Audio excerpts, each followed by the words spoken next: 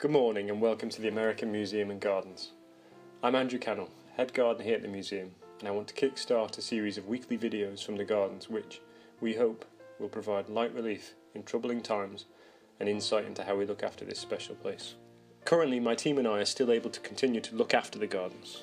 It is a blessing for us to hold on to some kind of normality and to find grounding in our work, and we hope that you will enjoy these insights for as long as we are able to provide them. I'm standing at the entrance to the new American Garden. Built in 2018 and designed by American landscape architects Uma van Sweden, it features large swathes of perennials and grasses in OVS's bold signature style. At the moment, it is awash with thousands of daffodils, including the robust Sempervivanti and Mount Hood, and the heavily scented cultivars Actea and Jenny, among many others. We also have thousands of grape hyacinths planted in the rose garden below me, which are literally buzzing with the sound of bees. There are flowering shrubs blossoming. We have the delightfully scented Viburnum burkwoodii with its large pom-pom-shaped white flowers, and also Amelanchier canadensis, the elegant snowy Mesperus with delicately held white petals and bronze-tinted new leaves. The new American Garden is designed around a circular walk called the Winding Way.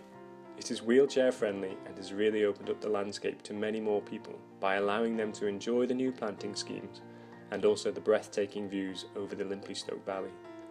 The valley is part of the Cotswold area of outstanding natural beauty and provides the perfect, quintessentially English backdrop to what is unashamedly a bold American garden.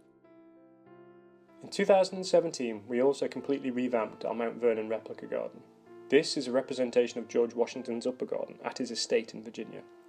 It features a boxwood parterre that pays tribute to Lafayette, along with a vegetable garden surrounded by an ornamental border with plants that were grown by George Washington at the end of the 18th century. There is a video describing this restoration in the Gardens and Grounds section on our website.